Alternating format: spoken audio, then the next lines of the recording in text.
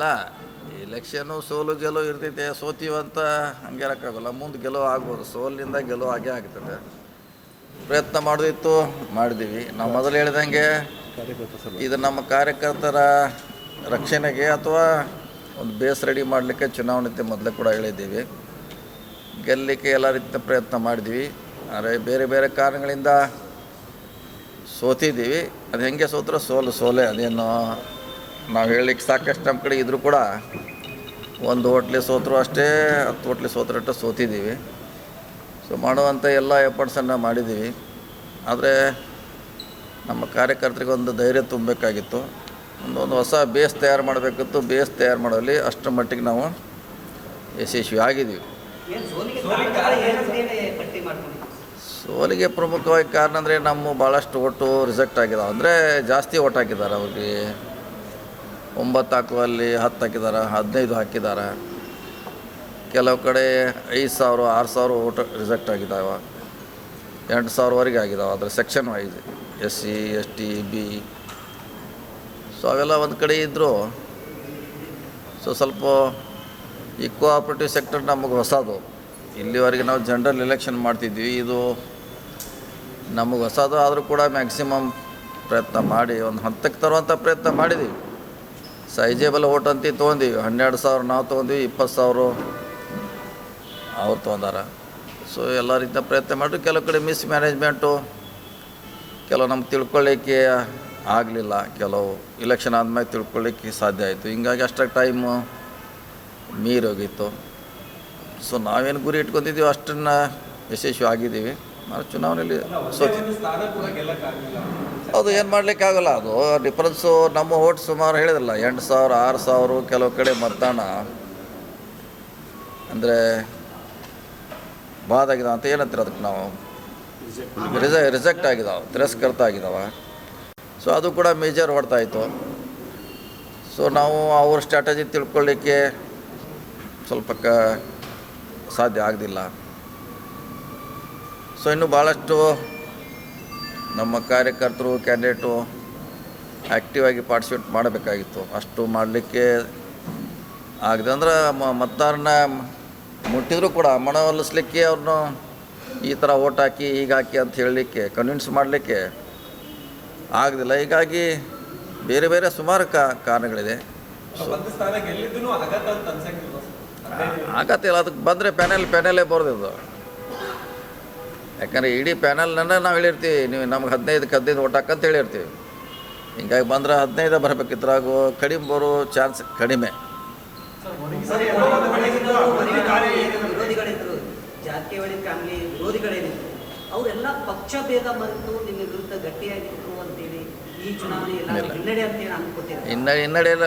ಯಾಕಂದ್ರೆ ನಮ್ಮ ಸರಿಯಾಗಿ ನಮ್ಮ ಓಟ್ ಬಿದ್ದರೆ ನಾವು ಹೆಚ್ಚು ಕಮ್ಮಿ ಅಲ್ಲೇ ಬರ್ತಿದ್ವಿ. ನಮ್ಮದು ರಿಜೆಕ್ಟ್ ಆಗಿದ್ದು ಓಟ ನಾವು ಮಾಡಿದರೆ ಇನ್ನೊಂದು ಸ್ವಲ್ಪ ಎಫರ್ಟ್ಸ್ ಮಾಡಿದರೆ ನಾವು ಅಲ್ಲೇ ನಮ್ಮ ವಿರೋಧಿಗಳೆಲ್ಲ ಕೂಡಿ ಎಲೆಕ್ಷನ್ ಮಾಡಿದ್ರೆ ಅದೇ ಪ್ರಶ್ನೆ ಇಲ್ಲ. ಆದರೂ ಕೂಡ ನಾವು ಏನು ಕಡಿಮೆ ಅಂತ ಅವ್ರು 30 ವರ್ಷ ರಾಜಕಾರಣಿ ಮಾಡಿ 20,000 ಓಟು, ನಾವು 3 ತಿಂಗಳ ಮಾಡಿ 12,000. ನಾವು ಆಡಳಿತ ಮಾಡಿದ್ದು ಬರೀ 3 ತಿಂಗಳ 12,000 ಓಟ್ ತೊಗೊಂಡಿವಿ. ಅವರು 30 ವರ್ಷದಿಂದ ಅವರ ಆಡಳಿತದಲ್ಲಿ ಇದೆ. ಇಲ್ಲ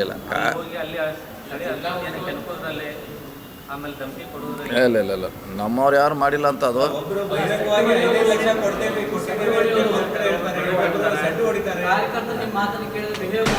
ಇಲ್ಲ, ಅದು ಆ ಚುನಾವಣೆ DCC ಬ್ಯಾಂಕ್ ಇದಕ್ಕೂ ಸಂಬಂಧ ಇಲ್ಲ. ಅದು ಚುನಾವಣೆ ಇಲ್ಲ, ಆ ಚುನಾವಣೆ ಬೇರೆ, ಈ ಚುನಾವಣೆನೇ ಬೇರೆ.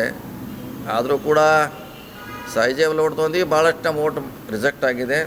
ಕೆಲವು ಸ್ಟ್ರಾಟಜಿ ಮಾಡುವಲ್ಲಿ ನಮ್ಮಿಂದ ಮಿಸ್ ಆಗಿದೆ. ಸೊ ಹೀಗಾಗಿ ಸೋತಿದ್ದೀವಿ. ಆದ್ರೆ ಬೇಸ್ ಅಂತಿ ರೆಡಿ ಆಗಿದೆ ನಮ್ಮದು. ಒಂದು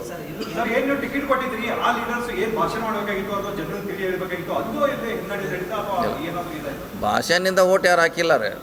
ಅವರು ಸಂಘಟನೆ ಭಾಳ ಭಾಷಣ ಮಾಡ್ಯಾರ, ಎಲ್ಲರೂ ಬಂದಂತೇನು ಅದರಿಂದ ಓಟ್ ಪರಿವರ್ತನೆ ಆಗಿಲ್ಲ ರೀ. ಅವ್ರದ್ದೇ ಅದು ಇಂಟ್ಯಾಕ್ಟ್ ಓಟ್ ಇತ್ತು. ಹೌದು, ಅದನ್ನು ಅವರು ಹಾಕ್ಸ್ಕೊಳ್ಳಲ್ಲಿ ಯಶಸ್ವಿ ಆದರು. ನಮ್ಮದು ಇಂಟ್ಯಾಕ್ಟ್ ಇತ್ತು, ನಾವು ಹಾಕೊಳ್ಳಲ್ಲಿ ವಿಫಲರಾಗಿದ್ದೀವಿ. ಇಷ್ಟೇ ವ್ಯತ್ಯಾಸ ಇದೆ. ನಾವು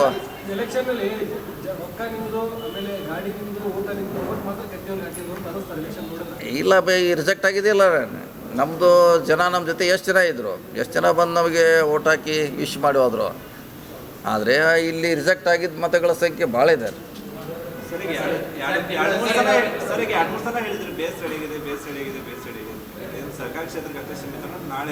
ಎಲ್ಲ ಈಗ ನಮ್ಮದು ಹುಕ್ಕೇರಿಯಲ್ಲಿ ನಮ್ಮದು ಬೇಸ್ ಇರಲಿಲ್ಲ. ಈಗೆಲ್ಲ ಊರಲ್ಲಿ ಕಾರ್ಯಕರ್ತರು ತಯಾರಾದರು, ಎಲ್ಲ ಊರಲ್ಲಿ ನಮಗೂ ಕಾಂಟ್ಯಾಕ್ಟ್ ಬಂದಿದೆ. ಸೊ ಯಾವುದೇ ಚುನಾವಣೆಯಲ್ಲಿ ಒಂದೇ ಸಾರಿ ಗೆಲ್ಲೋದು ಒಂದೊಂದು ಸಾರಿ ಕಷ್ಟ. ಈಗ ಭಾಳ ದೊಡ್ಡ ಲೀಡ್ರ್ ಕೂಡ ಮುಂಚೆ ಸೋತಿದ ಲೀಡ್ರ್ ಆಗಿದ್ದಾರೆ, ಎಲ್ಲರೂ ಒಂದೇ ಸಾರಿ ಗೆದ್ದಿಲ್ಲ. ಇದು ನಮ್ಮ ಫಸ್ಟ್ ಇಲೆಕ್ಷನಲ್ಲಿ ಜೊಲ್ಲೆಯವರು ಯಾವ ರೀತಿ ಪ್ರಚಾರ ಮಾಡಬೇಕಾಗಿತ್ತು, ಕೆಲವು ಟಿವಿ ಕೂಡ ಅವರು ಏನೋ ಮಿಸ್ ಆಗಿದ್ದು ಅಂತ ಪ್ರಯತ್ನ ಮಾಡಿದ್ರೆ. ಆದರೆ ನಾವು ಜನರಿಗೆ ಓಟ್ ಹೆಂಗೆ ಹಾಕ್ಸೋದು ಕನ್ವಿನ್ಸ್ ಮಾಡೋಲ್ಲಿ ಫಸ್ಟು ತಪ್ಪಿದ್ದೀವಿ. ಸರಿ, ಈ ಸೋಲಿನ ನಂತರ ಒಂದು ಚರ್ಚೆ ಆಗ್ತಾ ಇದೆ. ಏನಂತಂದ್ರೆ ಸೋಷಿಯಲ್ ಮೀಡಿಯಾ ಎಲ್ಲ ಕಡೆಗಳಲ್ಲೂ ಒಂದು ಚರ್ಚೆ ಆಗ್ತಾ ಇದೆ. ನಿಮ್ಮ ಜೊತೆನೂ ಭಾಳಷ್ಟು ಲಿಂಗಾಯತ ನಾಯಕರಿದ್ದಾರೆ, ತಾವು ಬೆಳೆಸಿದ್ದೀರಿ. ಆದರೆ ಲಿಂಗಾಯತ ವಿರೋಧಿ ಅನ್ನೋ ರೀತಿಯಲ್ಲಿ ನಿಮ್ಮನ್ನು ಬಿಂಬಿಸ್ತಾ ಇದ್ದಾರೆ, ಲಿಂಗಾಯತನ್ನು ತುಳಿತಾ ಇದ್ದಾರೆ, ನಾಲ್ಕು ಪಾಠ ಕಲಿಸಿದ್ದೀವಿ, ನೀವು ಮುಂಬರ್ತಕ್ಕಂಥ ದಿನಗಳಲ್ಲಿ ನಾವೆಲ್ಲ ಒಂದಾಗಬೇಕು ಅನ್ನೋ ಒಂದು ವಿಚಾರವನ್ನು ಪ್ರಸ್ತಾಪ ಮಾಡ್ತಾ ಇದ್ದಾರೆ. ಅದಕ್ಕೆ ತಾವು ಏರ್ಪಟ್ಟಿದ್ದೀವಿ. ಇದು ತಾಲೂಕಿಗೆ ಸೀಮಿತವಾಗಿರೋಂಥ ಚುನಾವಣೆ, ಅಷ್ಟಕ್ಕನ ಮಾತಾಡಬೇಕಿದು. ಜಿಲ್ಲೆ ಅಲ್ಲಿ ಜಿಲ್ಲೆ ರಾಜ್ಯಕ್ಕೆ ಸಂಬಂಧಪಟ್ಟದ್ದು ಅಲ್ಲಿದು. ಇದು ಹುಕ್ಕೇರಿಗೆ ಸಂಬಂಧಪಟ್ಟದ್ದು. ಹುಕ್ಕೇರಿಯಲ್ಲಿ ಸಕ್ಸಸ್ ಆಗಿದ್ದಾರೆ ಅಷ್ಟೇ ಹೊರತಾಗಿದ್ದು ಜಿಲ್ಲೆಗೆ ಆಗೋದು ಬೇರೆ ತಾಲೂಕಿಗೆ ಅನ್ವಯಿಸೋದಿಲ್ಲ ಅಷ್ಟೇ.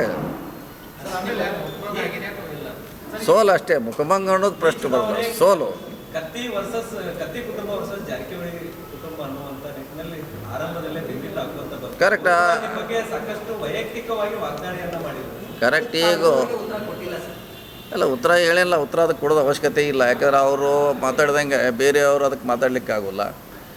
ಸೊ ಈಗ ಸೋಲು ಅಷ್ಟೇ ನಾವು ಹೇಳಬೇಕಿದ್ದ. ಖಂಡಿತ ಆಗಿತ್ತಲ್ಲ, ಅವ್ರಿಗೆ ನಮಗೆ ಅದು ಪ್ರತಿಷ್ಠೆ ಇದೆ.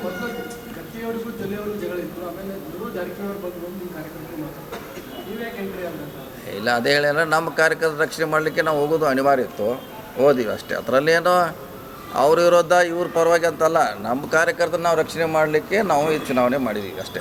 ಸತೀಶ್ ಜಾರಕಿಹೊಳಿ ಅವರು ಸ್ಟಡಿ ಮಾಡ್ತಾರೆ, ಆಮೇಲೆ ಸ್ಟ್ರಾಟಜಿ ಮಾಡ್ತಾರೆ. ಎಲ್ಲೂ ಕೂಡ ನಿಮ್ಮದು ಸ್ಟ್ರಾಟಜಿ ಫೇಲ್ ಆಗಿರಲಿಲ್ಲ. ಅದು ಇಲ್ಲೆಲ್ಲ ಸ್ಟಡಿ ಮಾಡುವಲ್ಲಿ ವಿಫಲ ಅಥವಾ ಸ್ಟ್ರಾಟಜಿ ಮಾಡುವಲ್ಲಿ ವಿಫಲ. ಅದೇ ಹೇಳಿಲ್ಲ, ನಮ್ಮದು ಮಿಸ್ ಮ್ಯಾನೇಜ್ಮೆಂಟ್ ಅಂತ ಹೇಳಿದಿಲ್ಲ. ಸ್ಟ್ರಾಟಜಿನೂ ಕರೆಕ್ಟ್ ಇತ್ತು, ಸ್ಟಡಿನೂ ಕರೆಕ್ಟ್ ಇತ್ತು. ಆದರೆ ನಾವು ಒಬ್ಬನೇ ಮಾಡಲಿಕ್ಕೆ ಆಗಲ್ಲ, ಎಲ್ಲ ಹೋಲ್ ಟೀಮ್ ಮಾಡಬೇಕಿದು. ಹೋಲ್ ಟೀಮ್ ಮಾಡೋಲ್ಲಿ ವಿಫಲ ಆಗಿದೆ ಅಂತ ಫಸ್ಟ್ ಕೇಳಿದ್ರಲ್ಲ. ಹಿಂಗಾಗಿ ನಾವು ಸೋಲನ್ನು ಅನುಭವಿಸಿದ ಅಷ್ಟೇ.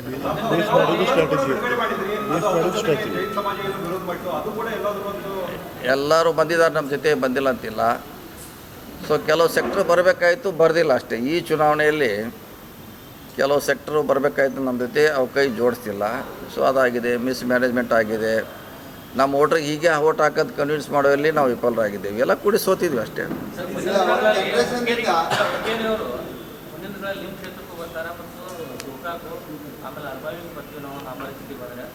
ಯಾರು ಬೇಡ ಯಾರಂದ್ರು ಓಪನ್ ಇದೆ, ಅದೇನು ಬಾರ್ಡ್ರ್ ಇದೆ ಅಲ್ಲಿ.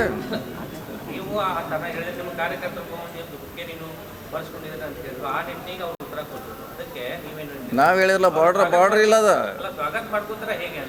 ಬಾರ್ಡ್ರ್ ಇಲ್ಲವೇ ಇಲ್ಲ, ಓಪನ್ ಇದೆ. ಯಾರು ಬೇಕಾದ್ರೆ ಇಲ್ಲ ಇದ್ರೆ ನೀನು ಯಾರು ಕೇಳಿ ಹೋಗ್ಬೇಕಾ? ನಾವು ಕೇಳಿ ಹೋಗೋದು ಅವಶ್ಯಕತೆ ಇಲ್ಲ, ಅವರು ಕೇಳೋದು ಅವಶ್ಯಕತೆ ಇಲ್ಲ. ಅಲ್ಲಿನ ಏನ ನಿರ್ಬಂಧ ದಿಗ್ಬಂಧನ ಏನಿಲ್ಲ, ಯಾರು ಬೇಕಾದ್ರೆ ಇಲ್ಲಿ ಹೋಗ್ಲಿಕ್ಕೆ ಫ್ರೀ ಆಗಿದೆ. ಸರ್, ಈಗ ಪ್ರತಿ ಸರಿ ಕತ್ತಿಯವರು ಒಂದನ್ನ ಹೇಳ್ತಾ ಇದ್ರು, ಗೋಕಾಕ್ ಮಾಡೆಲ್ ಅನ್ನುವಂಥದ್ದು. ಗೋಕಾಕ್ನಲ್ಲಿ ಡ್ರಗ್ಸ್ ಮಾಫಿಯಾ ಇದೆ, ಅಲ್ಲಿ ದಬ್ಬಾಳಿಕೆ ಇದೆ, ಆಸ್ತಿಯನ್ನು ಬರೆಸ್ಕೊಡ್ತಾ ಇದ್ದಾರೆ. ಇದನ್ನ ಒತ್ತಿ ಹೇಳಿ ಅದು ಏನಾದರೂ ಇಂಪ್ಯಾಕ್ಟ್ ಆಯ್ತಾ ಅಥವಾ ಏನು ಸರ್? ಅದು ಯಾವುದೂ ಆಗಿಲ್ಲ, ಭಾಷಣ ಆಗಿಲ್ಲ ಅಥವಾ ಅವ್ರ ಅಪಪ್ರಚಾರ ಕೂಡ ಆಗಿಲ್ಲ. ನಮ್ಮ ಓಟನ್ನು ನಾವು ಹಾಕ್ಸ್ಕೊಳ್ಳೋಲ್ಲಿ ವಿಫಲರಾಗಿದ್ದೀವಿ ಅಷ್ಟೇ, ಸಿಂಪಲ್. ಗೋಕಾಕ್ ಪರಿಸ್ಥಿತಿಯನ್ನು ಪದೇ ಜನರಿಗೆ ಪ್ರತಿ ಇಲೆಕ್ಷನ್ನಾಗ ಹೇಳ್ತಾರೆ. ಅದು ಈಗಿಂದ ಅಲ್ಲ, ಅದು 20 ವರ್ಷದಿಂದ ಹೇಳ್ತಾರೆ, ಹೊಸದೇನಲ್ಲ ಅದು. ಪ್ರತಿ ಇಲೆಕ್ಷನ್ನಾಗ ಬಂದಾಗ ಅದು ಒಂದು ಸಲ ಮಳೆ ಬಂದಾಗ ಒಂದು ಸಲ ಸರ್ವ್ ಆಗಿದೆ, ಅದು ಅದೇ ಹೊಸದಲ್ಲ. ಸರ್, ಆಮೇಲೆ ಇದಕ್ಕೇನು ಖರ್ಚು ಮಾಡಿದ್ರು ಸರ್? ಈ ಖರ್ಚಿನಲ್ಲಿ ಹುಕ್ಕೇರಿಲೆಲ್ಲ ಹೊಸ TC ಹೊಸ ಕಾಮ ಬಂದಿದ್ದು ಅಂತೇಳಿ ಚರ್ಚೆ. ಈ ಸಹಕಾರ ಎಲೆಕ್ಷನ್ ಖರ್ಚು ಮಾಡಿದ್ರು, ಹೊಸ TC ಹೊಸ ಕಾಮ ಬರ್ತಿದ್ದು ಅಂತೇಳಿ. ಅಲ್ಲ, ಅಲ್ಲಿ TC ಬರ್ತಿತ್ತು, ಅದಲ್ಲ, ಅದು ಇಲೆಕ್ಷನ್ ಪ್ರತಿಷ್ಠೆ ಅಷ್ಟೇ. ಅದು ಕತ್ತಿ ಸಹೋದರರು ಮತ್ತು ಜಾರಕಿಹೊಳಿ ಸಹೋದರರ ನಡುವೆ ಬಹಳ ಸಹೋದರತ್ವ ಭಾವನೆ ಇತ್ತು, ಒಳ್ಳೆ ಸಂಬಂಧಗಳಿದ್ವು. ಇಬ್ಬರ ಸಂಬಂಧಗಳ ನಡುವೆ ಹುಳಿ ಹಿಂಡಿದವರು ಜೊಲ್ಲೆ ಅಂತಾನೆ ಈಗ ರೊಟ್ಟಿ ಆ ರೀತಿ ಆ ಧಾಟಿಯಲ್ಲಿ ಮಾತಾಡ್ತಾ ಇದ್ದಾರೆ. ರಮೇಶ್ ಶೆಟ್ಟಿ ಅವರ ನೇರವಾಗಿ ಆರೋಪ ಇಲ್ಲ ಹಾಗೇನಿಲ್ಲ. ಅದು ಒಂದು ಸಾರಿ ನೋಡಿ, ಒಂದು ಆ ಕಡೆ ಅವ್ರು ಕೊಡ್ತಾರೆ ಒಂದು ಇಲೆಕ್ಷನ್, ಈ ಕಡೆ ನಾವು ಕೊಡ್ತಾವ. ಅದು ಸಂದರ್ಭ ಅನುಗುಣವಾಗಿ ಕೂಡಿರ್ತೀವಿ. ಈಗ ಅವ್ರ ಮ್ಯಾಗ ಆರೋಪ ಅವ್ರು ಬಂದರು ಇವ್ರು ಬಂದ್ರು ಅಂತಿಲ್ಲ, ಇವ್ರ ಜೋಡಿ ಕೂಡಿ ಇಲೆಕ್ಷನ್ ಮಾಡಿದ್ವಿ ಸಾಕಷ್ಟು. ಈಗ ಈ ಅನಿವಾರ್ಯ ಬಂತು, ಇವ್ರ ಜೋಡಿ ಕೂಡೋಂಥ ಅನಿವಾರ್ಯ ಬಂತು. ಆರೋಪ ಮಾಡ್ಲಿಕ್ಕೆ ಆಗೋಲ್ಲ, ಅವ್ರವ್ರ ಸಂದರ್ಭ ತಕ್ಕಂಗೆ ಕೂಡಿರ್ತೀವಿ ಅಷ್ಟೇ. ಸರ್, ಈಗ ಎಲೆಕ್ಷನ್ ಮುಗಿದೋಗಿದೆ ಸರ್. ಪ್ರತಿ ಸೋದರರು ನಮ್ಮ ವಿಚಾರಕ್ಕೆ ಸಂಬಂಧಪಟ್ಟಂತೆ ವೈಯಕ್ತಿಕ ವಿಚಾರಗಳನ್ನು ಈ ಚುನಾವಣೆ ಮುಗಿದೋಗಿದೆ. ತಾವು ಅವ್ರಿಗೆ ಏನು ಕಿವಿ ಮಾತು ಹೇಳ್ತೀರಿ ಸರ್ ಇಂಥ ಸಂದರ್ಭದಲ್ಲಿ? ಯಾಕಂದ್ರೆ ಭಾಳಷ್ಟು ವೈಯಕ್ತಿಕ ವಿಚಾರಗಳನ್ನು ಕೇಳ್ತಿದ್ರು, ಭಾಳಷ್ಟು ಇದು ಮಾಡಿದ್ರು. ಅವ್ರಿಗೆ ಏನು ಹೇಳ್ತೀರಿ ಸರ್? ನೋಡಿ, ಅದು ಅವರ ವ್ಯಕ್ತಿಕ, ಅವರು ಘನತೆ ಗೌರವ ತಕ್ಕ ಮಾತಾಡಬೇಕು. ಅವರು ಒಂದು ಸಾರಿ MP, 2 ಸಲ DCC ಬ್ಯಾಂಕು, ಅವ್ರ ಕುಟುಂಬ ರಾಜಕಾರಣಿಯಲ್ಲಿ ಇದೆ. ಆ ಥರದ ಅನುಗುಣವಾಗಿ ಮಾತಾಡಬೇಕು. ಈಗ ಬಾಯಿ ಇದೆ ಅಂತ ಮಾತಾಡಲಿಕ್ಕಾಗಲ್ಲ. ಅದಕ್ಕೆ ನಮ್ಮ ಮುಂಚೆ ನೀವು ಕೇಳಿದಾಗ ಹೇಳಿದ್ದೀನಿ ಈಗಾಗಲೇ, ಅದು ಅವ್ರಿಗೆ ಸಂಬಂಧಪಟ್ಟಂಥ ವಿಚಾರ. ಸರ್, ಈಗ ಒಟ್ಟಾರೆ ಚುನಾವಣೆಯಲ್ಲಿ PAಗಳ ಹೆಸರು ಬೆಳಗಾವಿ ಜಿಲ್ಲಾ ರಾಜಕಾರಣದಲ್ಲಿ ಸಾಕಷ್ಟು ಚರ್ಚೆ ಆಗ್ತಾ ಇದೆ.